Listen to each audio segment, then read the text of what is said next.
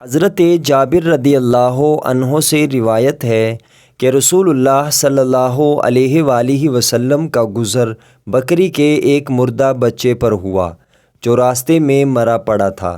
اس وقت آپ صلی اللہ علیہ وآلہ وسلم کے ساتھ جو لوگ تھے ان سے آپ صلی اللہ علیہ وآلہ وسلم نے فرمایا، تم میں سے کوئی اس مرے ہوئے بچے کو صرف 1 درہم میں خریدنا پسند کرے گا؟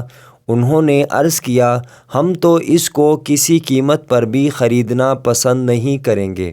آپ صلی اللہ علیہ وآلہ وسلم نے ارشاد فرمایا، قسم ہے خدا کی کہ دنیا اللہ کے نزدیک اس سے بھی زیادہ ذلیل اور بے قیمت ہے جتنا ذلیل اور بے قیمت تمہارے نزدیک یہ مردار بچہ ہے۔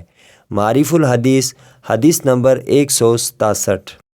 حضرت نضر تابعی رضی اللہ عنہ بیان کرتے ہیں کہ حضرت انس رضی اللہ عنہ کے زمانے میں ایک دفعہ کالی آندھی آئی تو میں ان کی خدمت میں حاضر ہوا اور میں نے عرض کیا کہ اے ابو حمزہ، کیا ایسی کالی اور اندھیری آندھیاں رسول اللہ صلی اللہ علیہ وآلہ وسلم کے زمانہ میں بھی آپ لوگوں پر آتی تھی؟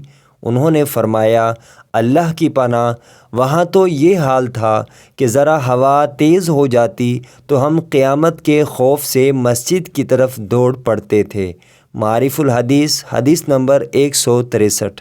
حضرت عتبہ بن عبید رضی اللہ عنہ سے روایت ہے، وہ رسول اللہ صلی اللہ علیہ وآلہ وسلم سے روایت کرتے ہیں کہ آپ صلی اللہ علیہ وآلہ وسلم نے ارشاد فرمایا، اگر کوئی شخص اپنی پیدائش کے دن سے موت کے دن تک برابر اللہ تعالیٰ کی رضا جوئی کے لیے سجدہ میں پڑا رہے تو قیامت کے دن اپنے اس عمل کو بھی وہ حقیر سمجھے گا۔ معارف الحدیث حدیث نمبر 149۔